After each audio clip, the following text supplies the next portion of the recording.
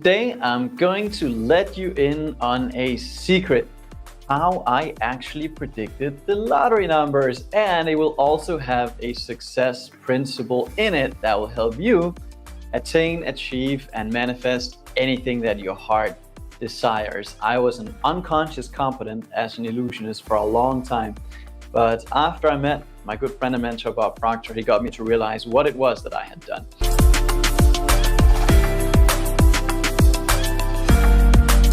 As many of you know, I was an illusionist for over 20 years. I loved magic all of my life. Since I was a kid, I was very geeky. I was that kid in school that was very introverted. I was always just sitting in the back of the class, not saying a whole lot. And magic got me out of my shell. All of a sudden, I could do something that the other kids in school couldn't do. And that made me feel good. And so, growing up, that's what I wanted to do. And then I went to sort of a 3-year pre-college school that we have in Denmark. And of course, I chose the school that all of my friends chose. It was a technical gymnasium, and I just was not very technical at all. But I performed magic in all the breaks and at all the school parties. It was just magic was the only thing that was in my mind. And when those 3 years was coming to a close, we had to decide what we wanted to be as adults, right? And we get this catalog. You may have gotten that in school too, where you have to decide what you want to be. And magician, of course, wasn't part of it, so I felt very discouraged. But I didn't give up on the dream, though. I didn't give up on the idea. So we continued performing, and what I did back then was actually set goals, but I didn't know what I was doing. We kept creating all this impossible magic that no one else had done. Looking back at it, it was actually a success principle that we lived in harmony with, because there's a reason why you and I set goals. There's a reason why we're driven to do something impossible, something so far out of the comfort zone. That is because there's a growth impulse in us that is always seeking expression with and through us. And so back then, we were extremely dissatisfied by creating the stuff that we did. We always wanted more, and something that, you can be grateful for what you have, but extremely dissatisfied. And we were very dissatisfied. And because we were dissatisfied, we were really hungry for more, hungry for better, hungry for greater. And so you should be hungry in your life. Look at present results and ask yourself, are you dissatisfied with them? I hope so. If you're not dissatisfied, I'll send you some love and some a kind thought, because you need some encouragement. Then you should be dissatisfied. You should be grateful, of course, but dissatisfied. When my former business partner and I, we got to a point where we started creating these impossible feats. One thought we had was, how impossible would it be if you could snap your fingers and make a car appear right in front of you? That would be really impossible. Something a lot of teenagers would like, of course, and we were teenagers at the time, so we would like to be able to do that too. Making cars appear out of thin air. And so we didn't know how to do that, but we knew that there were some magicians that knew. So we would call around other magicians in the industry, asking them if we could borrow their illusion. And they were like, many of them were professionals. They were already doing big theater shows. And so we got a hold of one guy, and he said, yeah, of course, you can rent it from me. It's going to be, I don't know, 100,000 Danish kroners. And that was like not what we had. But what we had was our creativity. What we had was our imagination. What we had was our will. And what we did have was our subjective mind. And one thing I studied, like this is the first book I got on personal development, The Power of Your Subjective Mind. What I learned was you have to use your imagination, not willpower. And that is exactly what we did. So how could two kids make a car appear by snapping their fingers? Because they used their imagination. They stayed with the idea so long that the subjective mind started expressing it. So we came up with all these ideas of how to potentially do it. And it turned out we actually built the whole illusion for like 500 Danish kroners, and we bribed up some blacksmiths to help us build some of the props. And we did all of that for like little to nothing. But we had our creativity, and it turned out when we were done with it, it was much better than the professional versions that the pros were performing with. And so after a short period of time, some of the pros started contacting us. Can we borrow it from you? Can we buy a copy? And I'm like, all of a sudden we found ourselves building these illusions for all these other illusionists around Finland and Sweden and Denmark. It's pretty interesting. Most people don't do this. They don't lean forward in faith, knowing it's already done. That's what we did. So we made the car appear very fast in a theater show, and we were actually surprised that it worked. But we'd seen it so many times that, of course, it would work. Um, then we started progressing, and then we built this huge stunt called Burned Alive, where we would be chained into a box. It would be hoisted over the water. It would be set on fire, and we had like a minute and a half to escape, which we did. And we reappeared in the middle of the audience, and we're like 10,000 people watching. And then we thought, well, how can we top that? Well, we could teleport ourselves over a river in 5 seconds. So we did that the next year for a big local event. But then that's when the idea came. We kept challenging our mind, and we kept challenging our perception and the way we were thinking about things. And we started noticing, what is something that everybody wants, but very few people achieve? Winning the lottery. Everybody's talking about it. Everybody's talking about it. And everybody would want to win them. And so we thought to ourselves, if we predicted the lottery numbers, that would be like the most impossible thing somebody could do at that point. So that's, of course, what we decided to do. In Denmark, there's this newspaper called Ekstra Bladet. And every morning when I was walking to school, I would walk past this front page. Every day, the kiosk would always have a new version of the front page standing by the side of the road. And walking past that front page for all these years got me thinking of something extraordinary. Now, the lottery numbers is on everybody's mind, and we had no idea how to do this, but we had made a decision that we were going to predict the lottery numbers. So we called up a television station and we said, we're going to predict the lottery numbers. And they said, how are you going to do that? And we said, well, if we told you, it wouldn't be a secret anymore, so we can't tell you. The truth is, we had no idea. We had no idea how to do this. But we called up a television station. We actually signed an agreement with them for a very specific 2-day event that we were going to be doing live on television. We signed that agreement having no idea how to do this. None. And you would say, well, why would you do that? Because intuitively, I knew that resources follows decision.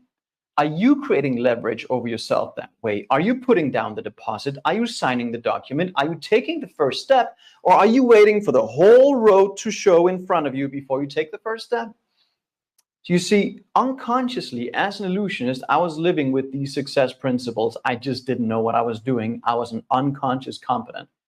So we made the agreement with the TV station. We signed the contract, and that flipped our mind onto a completely different frequency, because now we had to figure it out. We had done it. We were there in our mind so many times. We started networking with other magicians. We had gotten to know some of the world's best in Las Vegas at the time. And all of a sudden, the ideas started coming to our minds through dialogue, through intuition, through working with our higher faculties. And I can see what happened back then. Now I can see it. Back then, of course, I couldn't.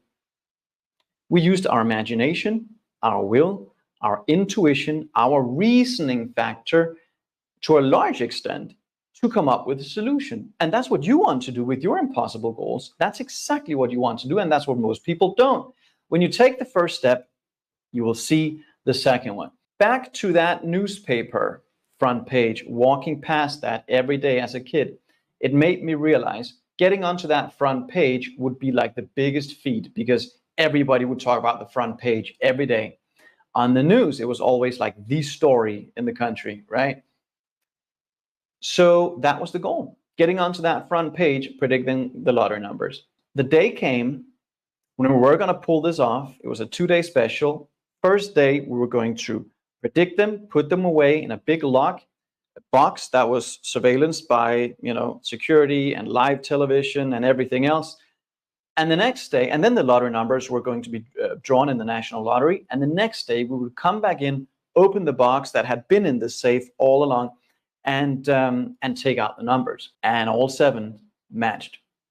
And nobody could figure out how the heck that happened. Everybody was surprised. I was kind of surprised that it worked, to be honest with you. Like when we produced the car back then, same reaction. But we had been there so many times mentally that, of course, it worked.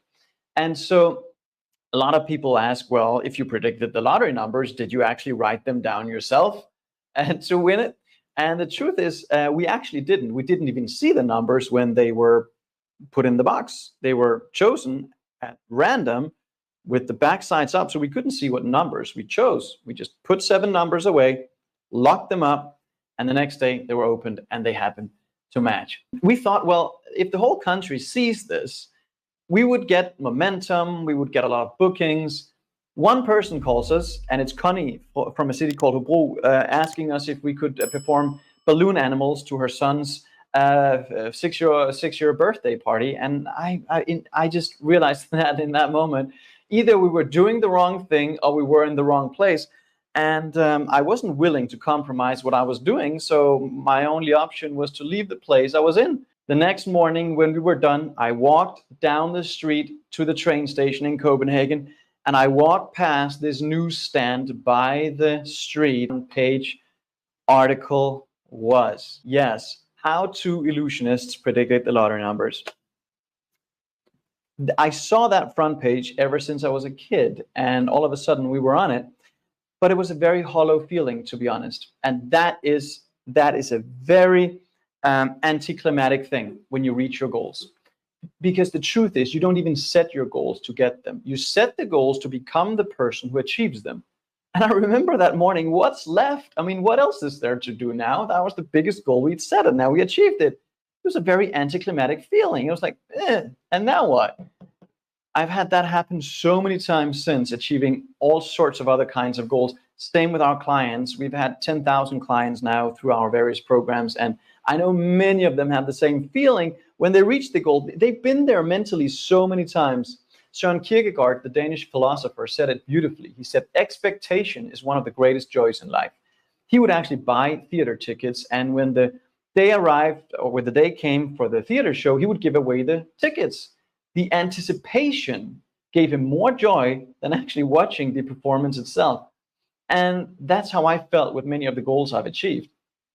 When you achieve them, you're onward to something next, and people around you don't understand it. But that's really how it is. The only limits you have in your life are the limits you impose on yourself. When people say that's impossible, treat it like an opinion and nothing else. Impossible is a word that, like Muhammad Ali said, it's a word that small men have invented to discount their own ability to achieve what they want in their life. It is an opinion, and it is something that most people use to define goals outside of their comfort zone. And so when other people say to you, when you share your goal, that seems impossible, say, thank you very much for your opinion, but it's nothing else. We want to make sure we stay the course. The way you achieve your completely impossible quantum leap goal is by latching onto it. And like Joseph Murphy says here in the power of your subconscious mind, use imagination, not willpower. Put away your intellectual problem-solving skills. Persist in maintaining a simple, childlike, miracle-making faith. Have fun with it. The more fun you have with this process, the more the universe will respond to the frequency that you are in. You latch onto your goal, you start utilizing your higher faculties, your imagination, your intuition, your will, your reason, your memory, your perception, and that's the way you achieve anything you want. That is the way I achieved the goal of predicting the lottery numbers and becoming the #1 news story in the country at the time. I was an unconscious competent. Let's become conscious competence. Let's move forward with confidence and competence, and most importantly, awareness. Let's not look backwards in anger or forwards in fear, but let's look around us in awareness, like Leland Van Vanderwall, Bob Proctor's mentor, once said. It's such a beautiful quote. It's not who you are that holds you back from anything you want in your life. There's truly perfection within you to achieve anything you want. You're a creative being. Start creating. Stop existing. Stop just treading waters. Start creating. You're a creative being. You can sit down right now and write out exactly what it is that you want to achieve. And then you can utilize your mind to get there. But utilize it in the right way, not in a forcing, contrived way. Just let the solution come to you. Let is the key word. Because when you lean forward, with awareness and gratitude for having achieved this. And when you see that mentally so many times, you keep playing the mental movie, eventually your intuition is going to kick in and tell you who to call, what to act on, and all the hows will be shown as you take the necessary steps. But don't wait by taking the first step until you can see the path. Take the first step like we did. Call up the TV station, sign the contract, do whatever you need to do to create leverage over yourself. Now the universe responds to you and the vibration you put yourself in. And that's a beautiful thing. Resources always follows decision. So if I could choose to decide to predict the lottery numbers, you can decide anything you want out of your life. The resources will follow. Thank you so much for watching this video. I have linked to a couple more right here that I think you would like. Now, until next time, it's not who you are that holds you back, it's all the illusions of who you think you're not. This is Hansen. Thank you.